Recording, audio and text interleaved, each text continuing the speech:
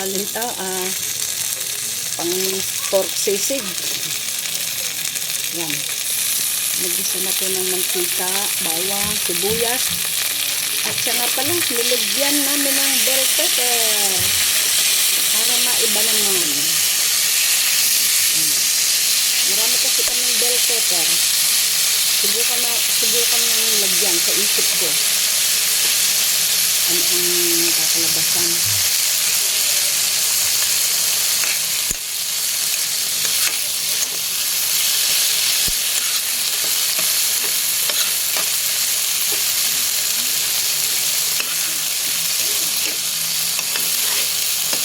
Hindi ko na pinakita yung paano yung pag-gisa-gisa dahil alam naman na po niyo yun.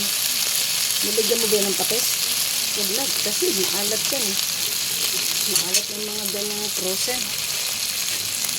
Oh, ano pa ikulang dito? Yung pampalasa. Lalagyan na lang ng pampalasa. Ito lang, may pampalasa rito. Hanapin ko yung pampalasa. Ito na lang. Pwede na ito guys. Hindi ko makita, may umami rin. Ayan, ito na lang. Oh. Ayan, pinapalagyan ko lang ng ano yung pampalasa? Kalahati lang. Kasi malasa na raw yung pork sisig. Ay, natutuyo na yata. Hindi yan sinabawan guys ha. Ayan. Ay, lagyan mo na itlog. Luto na. Luto na yan. Halasa na. Yung bago yung itlog. Yan.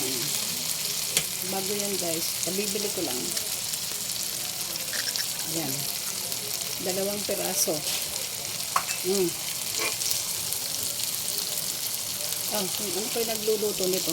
Nagbablog lang ako. Ano? Itlog pa itlog. Hahapok lang ba yan? Malansa yan. Kung hindi na ito. Ayan.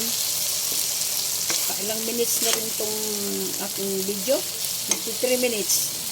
Maikli ang video lang po ito.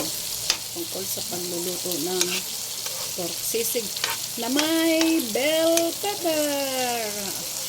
Ganun po yun guys. Maraming salamat.